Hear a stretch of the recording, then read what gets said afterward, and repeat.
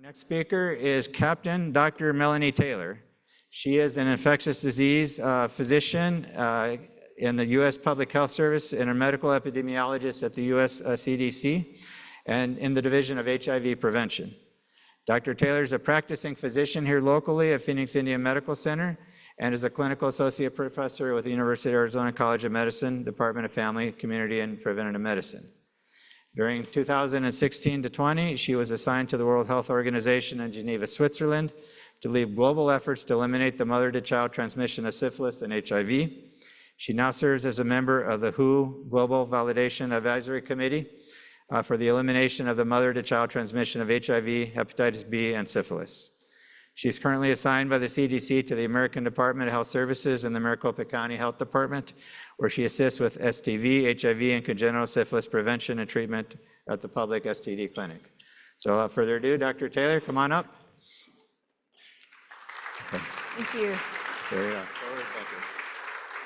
Awesome. Okay. It's nice to be with you guys today. It made me feel like syphilis is less complicated than getting CME for the conference, so good luck to you all. Yeah, it's a pleasure to be here, and this is a very important topic for those of you who are in Arizona, from Arizona, working in Arizona, and for those of you who are not.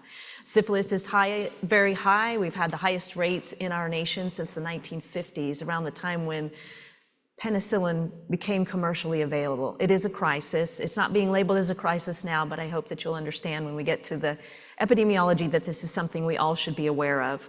It used to be that in the old days, even among infectious disease physicians, both adult and pediatric, we would spend our careers maybe consulting on 1 or 2 syphilis cases.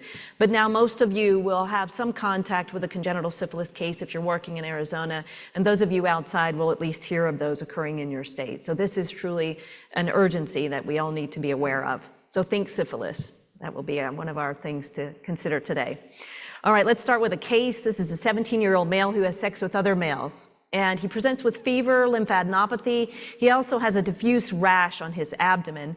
And he reports his last sexual encounter was about 2 days ago.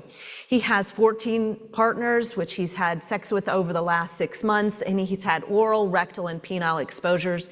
He uses meth, fentanyl, and marijuana. And currently he's homeless. So here's the question. What are the recommended STD tests for this patient? Now, these are recommended, and this is something that you may want to add on to in your practice, but this is the question. So we now have the opportunity to use Slido. So this is where you would advance to your first question in Slido, and yeah. And perfect, thank you. And we are going to answer the question, what are the recommended tests for this patient at this time?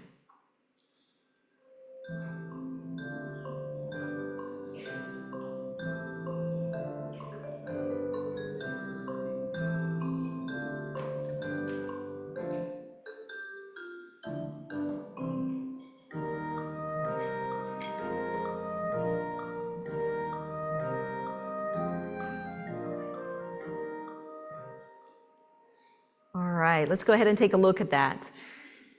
At your responses, and I think most of you, yes, indeed, we want to test for all of these infectious diseases, the sexually transmitted infections, and in general, all of these are recommended. The one thing I want you to ask you now, which is not in a Slido question, but if this had been a female, what other sexually transmitted condition would you test for? Pregnancy. Pregnancy is sexually transmitted. Life is sexually transmitted. Please don't forget that one point, right? That's one of the things that we do oftentimes see is that, unfortunately, female patients are diagnosed with STIs that are vertically transmitted. All of these are vertically transmitted, but yet they forget to test for pregnancy. All pregnant women, by definition, have been exposed to a sexually transmitted organism, which is a sperm. So please remember that sperm track with other STIs, other STI conditions. We won't call it an STI per se, but it does last at least 18 years. And all right, let's keep going. So again, a female patient, you would want to test for pregnancy. Let's get going with this same case. This patient's syphilis, RPR, rapid plasma reagent, comes back at 1 to 256 with a positive enzyme-linked immunoassay. That's a treponemal test. And the HIV test is negative. That rash was something we would want to consider as acute HIV, right? So that's negative. What is the recommended management for this patient's syphilis? We called it patient having syphilis. What is his stage of syphilis, and what would be the recommended treatment for that patient? And if you don't know, that's okay. We're going to go through that. Next slide. Okay, there we go. All right, so you can go ahead and enter your answers, and then we'll review the correct one after this.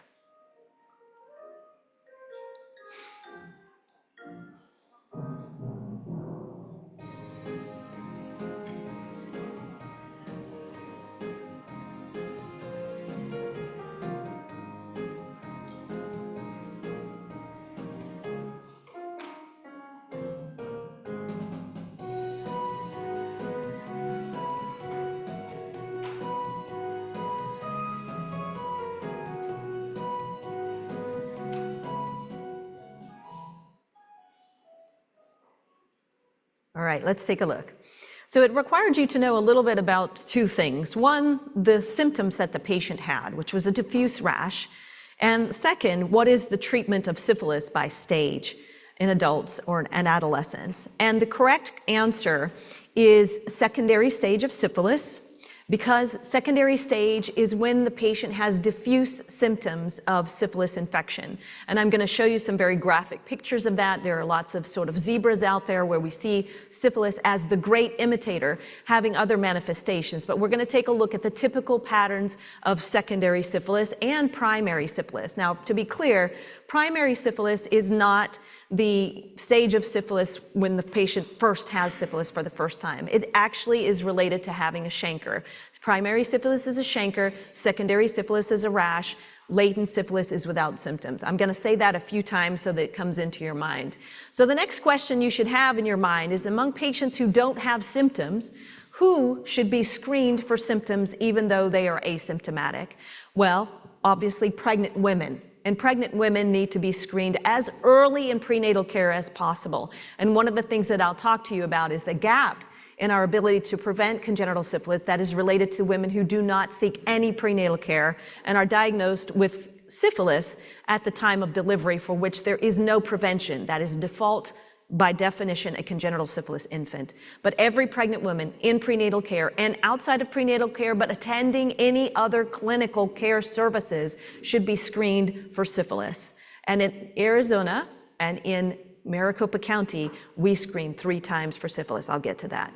In addition, the U.S. Preventive Health Services Task Force recommends as a grade A insurance reimbursable screening test that syphilis be offered and ordered for any patient who is at sexual risk. And sexual risk can actually be having sex, right? That's sexual risk. By definition, that's unprotected sex. Okay, unless you're using a condom, which then protected. But again, remember that syphilis can be transmitted orally. So there's some other details that you need to be aware of. Maricopa County. How many of you are from Maricopa County or Arizona? And if you're not, I understand, but you're welcome to our weather. And it's important that you remember that this is something that's going to be coming across the nation. And that is triple screening during pregnancy, 1 during the first prenatal visit, which hopefully is early in pregnancy, 2, again in the 3rd trimester, 3, again at the time of delivery. Now that delivery test can be cord blood, maternal blood, sometimes infant testing is also ordered. But no matter what, as pediatricians, you need to make sure that you have got a negative test in the mother or the cord blood or the infant before that infant is discharged. Okay, that falls on you, unfortunately, both of the OB/GYN and pediatricians, but please remember that once the baby is outside of the hospital, it's much harder to get them in for treatment, because that treatment is IV penicillin for patients who have positive tests. Okay, in Arizona and throughout the United States, we're seeing these dramatic increases over the last 6 to 7 years, truly dramatic, and truly dramatically increased during our COVID years when testing and access to care services were probably less, potentially sexual activity was more. This is what we see by stage, primary stage, secondary stage in Arizona, and this is what we see among infants and women in Arizona And this, I'm going to show you, maps exactly with what is happening in the United States with primary and secondary. Primary is what? It's a chancre. Secondary is what? It's a rash. And what we see is that what now is different. Before we had outbreaks and high rates among men who have sex with men, including adolescents.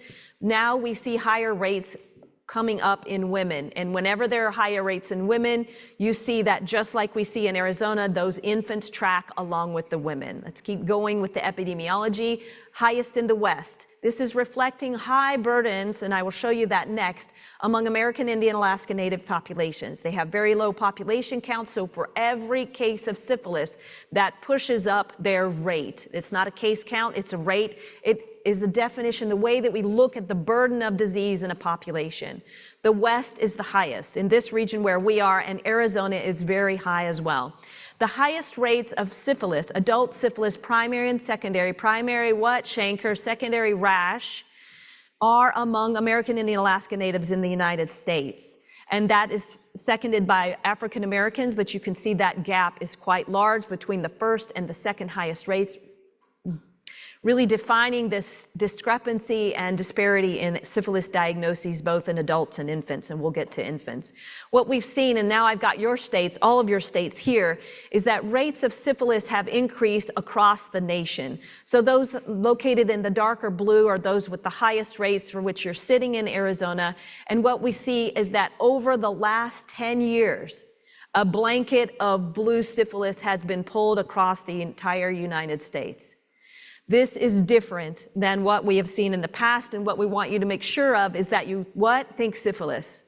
Syphilis is the great imitator. There are many manifestations that mimic other infectious diseases, allergies, rheumatologic conditions. And what we see oftentimes is syphilis is missed. Okay, so this is not for you to do now. You're going to think syphilis, and you're going to order syphilis tests when you think it may not be the situation of risk, but still, you cannot truly define risk in someone else. You cannot. So let's take a look at these new numbers. These came out, but where I want you to focus in is on those states that are higher than the US total. Find your state here and think about whether or not you should have an increased risk of concern or thoughts of concern related to the infants that you deliver or you take care of, and children as well, because these rates are getting higher across the West, representing tribal nations, and the Great Plains area in South Dakota, New Mexico, Arkansas, Oklahoma, and particularly in Arizona and Montana, where we are seeing high rates of syphilis among American Indian Alaska Natives. Now let's talk about syphilis. Let's think about syphilis. I want you to speak about syphilis. When you leave this conference, and although you may think it's funny, syphilis is the cause of stillbirth. It is the highest infectious disease cause of stillbirth in our country. It is the second leading cause of stillbirth globally. What's the first? It's malaria. Do we see malaria here? No. Stillbirth equals syphilis. Syphilis equals stillbirth. So I need for you to remember that and to speak about syphilis and to help us try and prevent it by not discharging any infants without knowledge of that syphilis test in the mother. Because there are two ways to diagnose congenital syphilis. One, and I'll tell you this again because I like to repeat myself, if the mother has not had adequate treatment following diagnosis during pregnancy, your infant has congenital syphilis. The diagnosis of congenital syphilis rests in the diagnosis in the mother and whether that mother got adequate treatment at least 30 days prior to delivery. The second way to diagnose congenital syphilis is with congenital abnormalities or abnormal tests and signs during or shortly after the timing of delivery. We'll talk about that in an infant. Let's do that a little bit later. First, there are 4 stages. The first one is primary. Primary is chancre. Secondary is rash. Latent stages have no symptoms, okay? We're gonna go through each of those, early versus late, and we're gonna talk about this somewhat complicated algorithm and diagnosis graph, but what I want you to remember are 2 things. You're not dealing with adults unless you're dealing with adolescents. But what's important to remember is that if you have a pregnant adolescent, syphilis can transmit across the placenta at any stage and transmits most easily and readily across the placenta during primary and secondary stage. Early latent also, it doesn't matter. It happens anytime during syphilis, all stages. In addition, neurosyphilis can happen at any stage. What's important to remember is that the incubation period can be up to 3 months, usually less. Primary stage is chancre. After 9 to 90 days after you're exposed, you're going to have a whopping lesion at the place of exposure. That could be in the mouth, could be in the genital area, it could be on the hand if the patient had aggressive contact with a syphilis lesion. We have hand lesions, okay? It could be anywhere where that person was exposed. So you've got to do a physical exam when you have a positive test result. Patient will stay in primary syphilis, and then they will, sometimes the lesion goes away, sometimes it doesn't if you have HIV, but then you will go into the secondary stage. The secondary stage can be heralded by an intermittent period for which there are no symptoms, and that could be called early latent if you can't find anything, but generally primary, secondary go back to back. Those stages, those symptoms will go away. The patient can be reassured. They may not even answer your questions related to any recent rashes, fever, lymphadenopathy. They may not even answer because they don't remember. They don't want to acknowledge it. They don't want to acknowledge their sexual activity. And that's why you cannot trust a patient without symptoms to tell you that they have had any STI symptoms. That's why we screen. Yeah, we screen for not only just syphilis, but chlamydia, gonorrhea, particularly in adolescents, and HIV universally. Okay, early latent. If you have early latent infection, that means you don't have any symptoms because latent, what symptoms do you have in latent syphilis? You don't have symptoms. In latent stages of syphilis, you don't have any symptoms.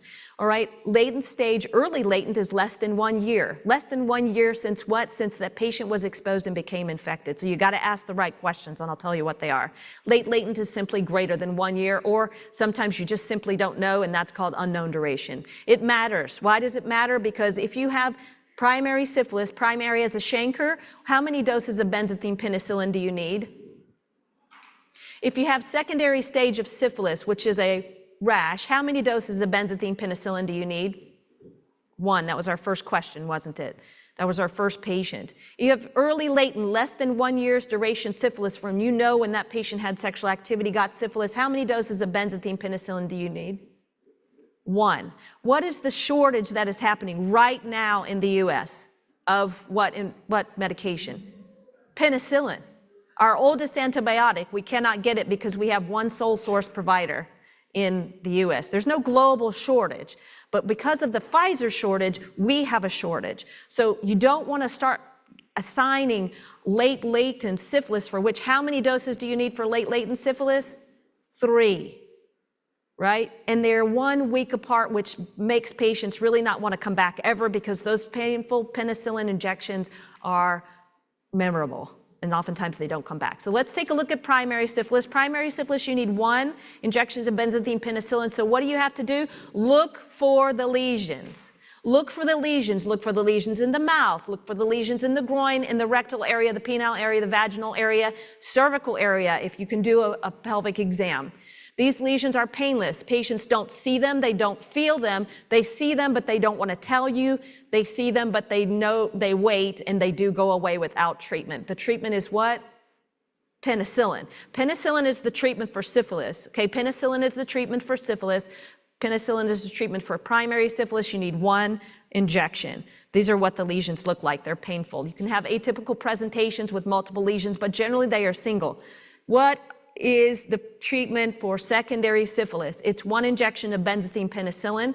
These are the symptoms. This is where the great imitator comes about, because you can have hair loss, you can lose your eyebrows, patients can lose their pubic hair, they can lose the hair on their head, and it gets diagnosed as all sorts of rheumatologic, immunologic, autoinflammatory diseases, but actually it's just syphilis. The diffuse rash can be on the back and front, but particularly on the palms and the soles of the feet. What other infectious diseases cause palmar and plantar rash? Particularly in Arizona, but other places too. Rat bite fever. What's the difference? That's petechial rash. Okay? What we have here is a kind of a maculopapular squamous, flaky looking rash that occurs on the palms and the soles. Rat bite fever can also give you that, but we don't see that very much. This condyloma lata is frequently missed, but these are flat, moist wart-like lesions. They're frequently treated, unfortunately, as HPV, but it's actually syphilis. All right, less than 12 months. What are the questions? How are you going to ask that? You've got a patient who has a positive syphilis test, positive RPR, positive confirmatory, or vice versa. We'll talk about that algorithm. And how are you going to figure out whether that was less than 12 months ago? You're going to ask them. You're going to do a history, ask them when they were last sexually active, ask them if any of their partners have been ever diagnosed with syphilis. If this was their first sexual encounter, that sexual debut by definition is potentially the exposure date. You're going to ask the questions. And then what you're going to do is you're going to cooperate with the public health department. Yeah? The public health department has a cadre of highly experienced communicable disease investigators, disease intervention specialists that do nothing but figure out this disease interval. The health department may call you, please communicate, cooperate, because this is one of the ways that we help to diagnose your patient, and we help to get the sexual partners diagnosed and treated, first of all located and treated, so that that transmission chain stops working. Less than 1 year is early latent syphilis. How many doses of penicillin? 1. Try to rule in early latent syphilis if you cannot find a symptom. Late latent syphilis, unknown duration. Okay, game's over, because you're going to have to give them 3 injections of benzathine penicillin spaced by 1 week apart, and that is going to be really hard for you to complete. It's hard for us to do that in pregnant women. We have a lot of patients who are lost to follow-up, and they end up having congenital syphilis cases because they only got 1 dose, and we can't do anything about that if we can't bring them in. So think about ways to rule in early latent syphilis, look for those lesions, and try and rule that in. You know, it's also important to remind you again that neurologic symptoms can happen at any time, and we do see patients who come in with otic and ocular symptoms of neurosyphilis. They come in with other neurologic manifestations of neurosyphilis, which can be like a meningitis. Okay, so then we're not going to spend a lot of time on this, but just to remind you again that neurosyphilis, otic syphilis, ocular syphilis, all neurologic manifestations of syphilis can occur at any stage. So when you have a patient with syphilis, you're going to do a neuro exam. You're going to ask them about neurologic manifestations and symptoms, and you're going to make sure that if you do have that you refer that patient for a lumbar puncture. I don't have the diagnostic criteria for a lumbar puncture here, but you do need to send it for a VDRL, a protein cell count. Late manifestations, this is sort of historical. We don't see it very much anymore. These are the things that you see in stories of old. We do sometimes catch patients who are in older years who have never been diagnosed with their syphilis, and it comes up when they present with dementia, but it's not very common. These are just broad manifestations throughout the organ systems that happen. And interestingly enough, congenital syphilis can sometimes look like this. Neurologic manifestations, liver spleen manifestations, hematologic manifestations, long bone abnormalities, heart conditions, all of these can be found in congenital syphilis. All right, so stay with me here. How do you diagnose syphilis? It's a blood test, it's a serology. We use either the reverse screening algorithm, because it's cheaper and faster, or the old school RPR, which is where you gently rock a piece of cardboard on a rocker and you count the spots, and then it's quite manual still, very old, more than 50 years old, but it does work well. The problem is an RPR can be positive if you have COVID, if you've had a recent vaccination, if you've got rheumatologic conditions such as rheumatoid arthritis or other rheumatologic manifestations of other diseases. So we need to confirm that test. And similarly, the EIA needs to be confirmed. Why? The treponemal test in the reverse sequence algorithm. Treponemal testing as your first test must be confirmed. Why? It's because a treponemal test will be positive for your lifetime. So if you become reinfected, your test will be still positive, but that doesn't indicate a new infection. It can indicate an old treated infection, but you need to order that RPR or that non-treponemal test at that point to get a titer and determine whether that's an early test. Now, I want to surprise you all with this overview of the treatment of syphilis. Okay, what is the treatment of syphilis? It's penicillin. Now, during this time of national shortage, there has been true stockouts of penicillin across the country. and people have had to resort to the alternative drug for treatment of syphilis, and that's doxycycline. Is it recommended? No. It is an alternative. Is it second line? No. It is an alternative. It is something that we need to recognize going forward, that we should not let our country be without penicillin. And you can see the dire straits that we're in already due to increases. That increase placed a lot of pressure on the sole manufacturer here in the United States because of that increased demand. But actually, what's interesting about penicillin is that we are not manufacturing the active ingredient. Penicillin is made from penicillium. It's a mold. We scrape it off. It's like bread mold. We scrape it off and put it into a vial. But what country does that for us? It's actually China. The United States does not make the active pharmaceutical ingredient. It's only made in China and one small company in Spain. And that means that we also have to respect that China makes this for us, and we need to make sure that we have an adequate demand forecast to China. And that was the fault, is that we didn't have this demand adequately counted so that China could send the amount that we needed. That active pharmaceutical ingredient comes as a powder. We put it in a vial and we go ahead and resuspend it in a solution in the United States. The rest of the world gets a tiny powder vial, and they reconstitute it with either sterile saline. You can add sterile water. You can put a little lidocaine in that. Now, thankfully, the United States and FDA has finally allowed an importation of another final dose formulation where France is importing extensilin, and that comes at a cost of $500 a dose, because the cost of penicillin in the United States, unless you are a 340B or public health pricing entity, is $500 a dose.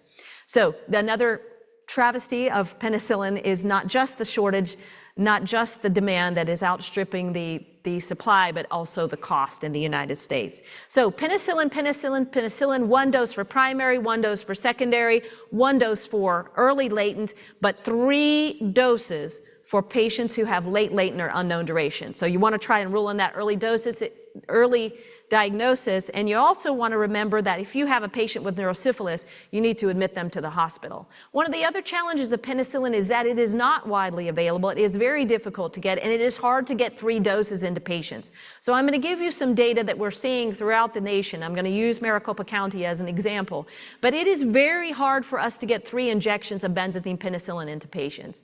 So if you take a look at the slide that's on the left, my left, you can see that we only get 43% of patients fully treated when they're diagnosed with late latent or unknown duration. So please try and rule in early disease, primary, secondary, and early latent infection, because you only need 1 dose and you're out the door, you're cured, you're done. When we get to pregnant cases, we do a case-by-case follow-up of pregnant patients, and we make sure as best we can that we can get all of those doses in. But when we can't, and you can see that only 80% of patients get all 3 of their doses, what is that birth outcome? It's a congenital syphilis case. When we cannot get all of those 3 doses in for pregnant women, you have a baby with congenital syphilis. And that's the sad part, is that it's very difficult for us to get women in when they do not want to come. Of course, we cannot force them. We are working alongside other states to do field-delivered benzathine penicillin. That means in the home. All right, let's keep going. Now, one of the other things I think it's important to remember is that there are few places where you can get benzathine penicillin. And the reason for that is private providers simply cannot afford to buy a package of 10 doses, because 10 doses will be $5,000, right? So who is going to stock that? They're not, because really penicillin is very expensive, and syphilis in its own right is still just a bit rare, right? Just a bit rare. So you buy a pack of 10, right, and you treat 1 patient, that's a huge loss when it expires. So the HRSA, the federal agency that I should remember the acronym, but it's escaping me, they're the ones that decide who gets public health prices. What entities get public health pricing? And right now, those are some hospitals are FQHCs, federally qualified health centers, the health departments, of course. So when we look at our syphilis cases, most of them have to be referred away from their primary care provider. That includes very young adolescents. And they have to come to the health department, which is on 16th Street in Roosevelt across from Ranch Market. So that is the kind of the travesty, is that it's very difficult to get penicillin when we have the stock of it. It's not just about its cost, it's not just about the sole source provider, but it's also about where benzathine penicillin is located. And right now, most of the patients have to be referred to our STD clinic, and that is very similar in other places as well. Now, penicillin allergy. Penicillin allergy is something that we would like to ask you guys to really help us out with, because what happens is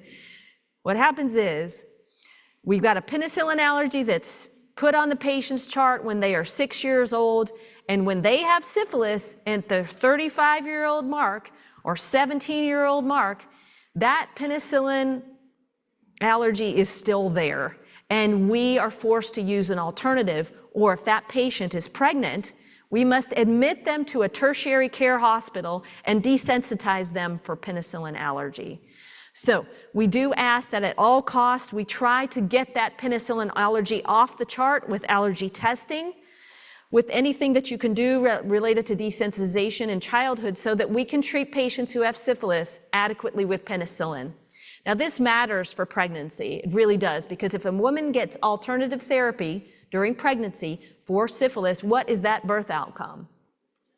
It's congenital syphilis. It's only penicillin. Penicillin is the only drug to treat pregnant women.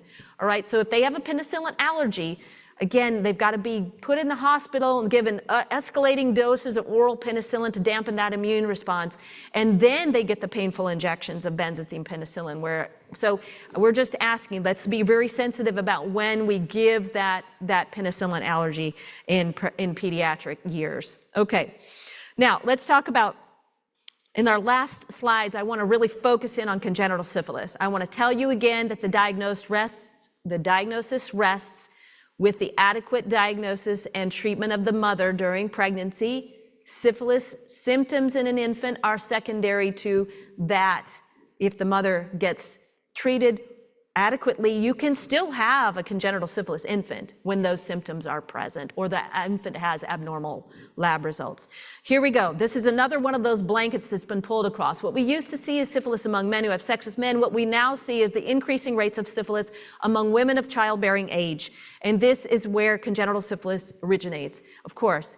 And what we see again are the states most affected by congenital syphilis are our Southwest states, including New Mexico and Arizona and Texas, and then South Dakota is number 2 in the nation now in the Great Plains area. And why is this? American Indian Alaska Native infants are driving the congenital syphilis rates in the United States. One of the really tragedies of syphilis are that it's affecting our populations in these rural areas with very limited access to care, limited access to penicillin, and sometimes rural situations where the drives can be too far for families to be able to manage.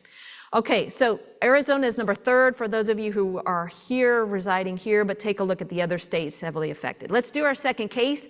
This is a 17-year-old female. She comes to you through the emergency department in active labor, and she reports she's had no prenatal care and she's actively using methamphetamines. Her prenatal care labs are drawn, and she delivers a 3,000-gram infant who has normal APGARs and a normal physical exam, but her maternal RPR is 1:64, that's highly positive, and she has a TPPA, that's a treponemal test, that's also positive.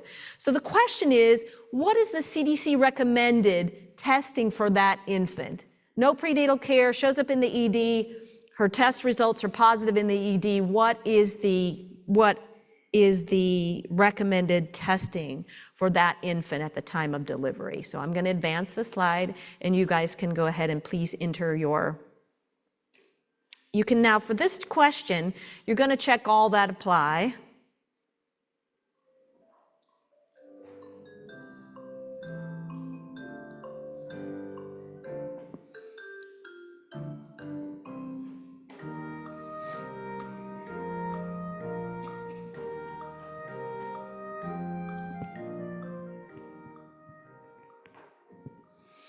Great.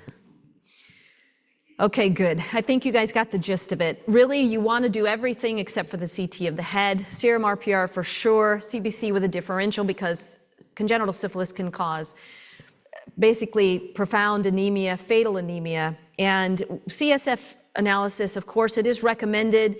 It's a hard thing to do, a lumbar puncture in an infant, we understand that, but it is part of the diagnosis. And then long bone radiographs. Let's take a look at some of the, oh yeah.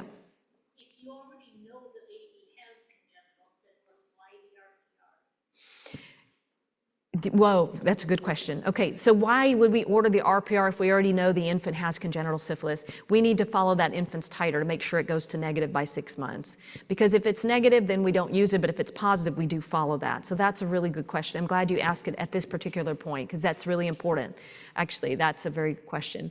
Okay, so now let's go forward and let's ask the next question. What is the appropriate treatment of the infant? We'll advance. We're going to get ready now. We're going to do this slide. Okay, excellent. Here we go.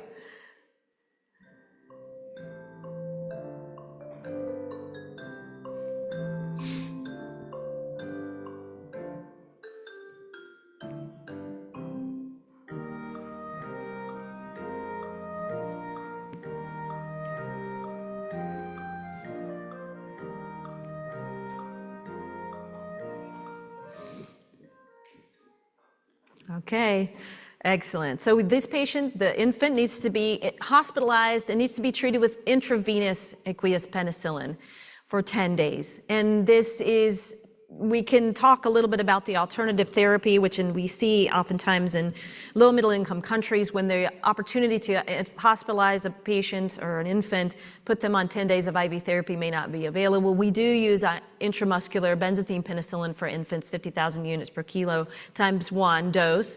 But here for this situation in the US, we would use this IV aqueous penicillin for 10 days. And that is something that needs to be looked at with your pediatrics hospitals to make sure that they have adequate supply. For the most part, we don't have a shortage of aqueous penicillin. It's just primarily benzathine penicillin. I want to talk to you about congenital, question in the back?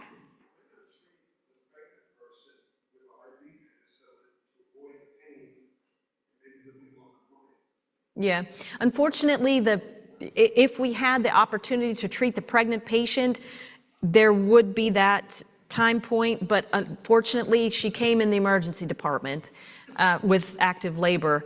If you want to treat a pregnant woman in time to prevent a congenital syphilis case, you must get all of the penicillin in at least 30 days before the time of delivery, or at least that first dose and all of the doses in before 30 days of delivery. Until that point, it's just not fast enough, and the infant needs to be on penicillin themselves in their own right. So that's a great question also. I wanted to show you just the distribution of race ethnicity with regard to congenital syphilis cases. Now, before I told you that the rates were highest among American Indians. And again, rate does not equal number. Rate equals the number of cases over the total population at risk. But when we look at the number of cases, we can still see that African Americans have the highest number of cases, followed by Hispanic, Latinos, and then white or Caucasian persons.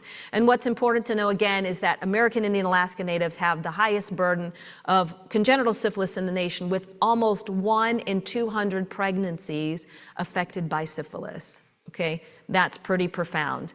And what we see is that infant death, stillbirth, neonatal death, patients who are, or infants who are born alive with symptoms, that makes up over 50% of the cases. But then there are also cases that we diagnose presumptively for congenital syphilis, infants that are diagnosed presumptively because their mothers were not adequately treated.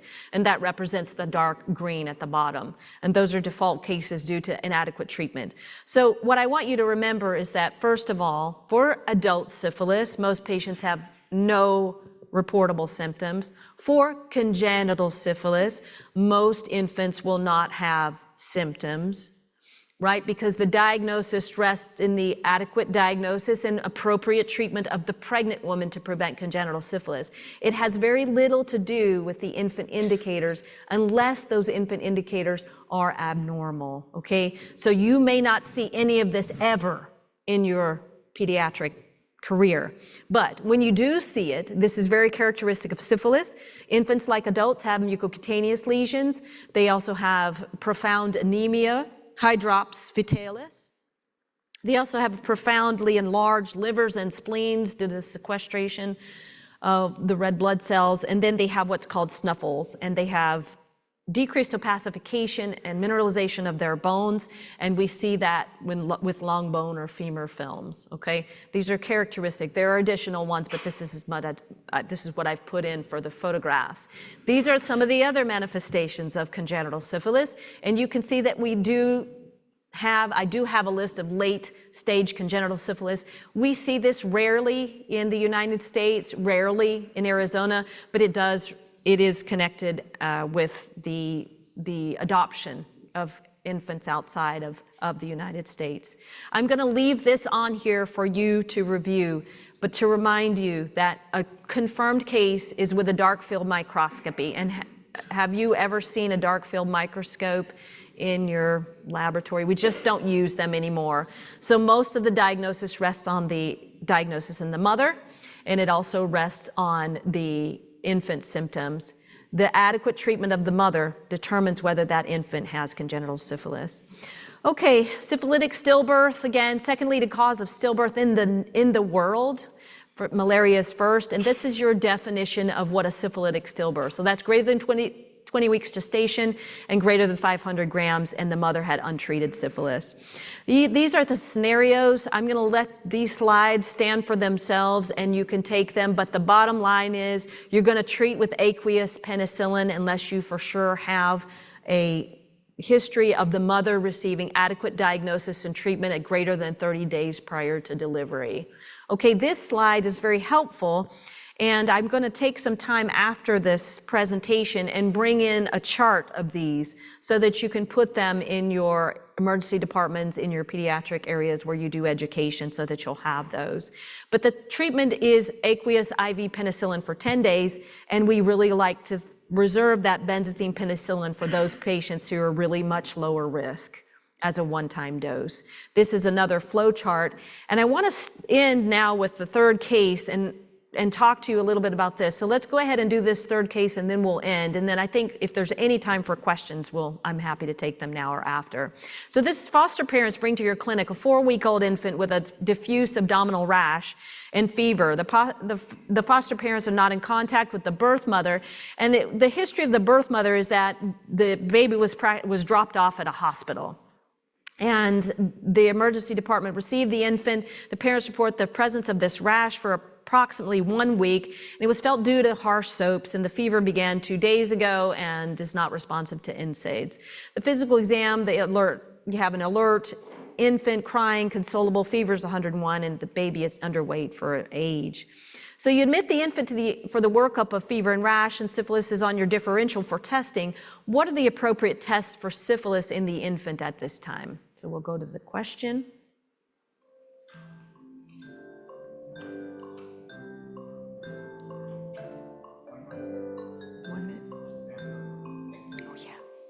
Thank you.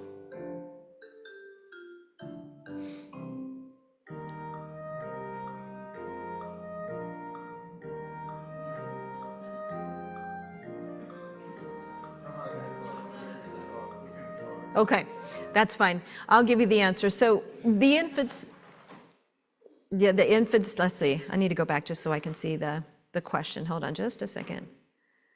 Right, so the answer is actually, if you can see this, the answer is that you're just going to order a syphilis RPR for now. Because if that syphilis RPR comes back negative, you're not going to do a long bone film or a lumbar puncture, okay? So that is the test that you would order in this particular situation. And for the sake of time, would you guys like to answer the question related to what the treatment of this infant is? Perhaps we can save time and just answer that with the knowledge that, it's going to be penicillin. This is a very high-risk symptomatic infant, and we're going to give this infant IV aqueous penicillin, okay? All right, good. Okay, Oh, Christina. Okay, sorry not to call you out. I'm going to end here, and I want to make sure that you all have the opportunity to connect with me if you would like. I want to acknowledge the Northwest Portland Area Indian Health Board and the Intertribal Council of Arizona for letting me use some of their images here, and also to remind you to think syphilis. It's been a pleasure to be with you today, and as time allows, I'm happy to take questions now, or please reach out to me afterwards. Thank you so much.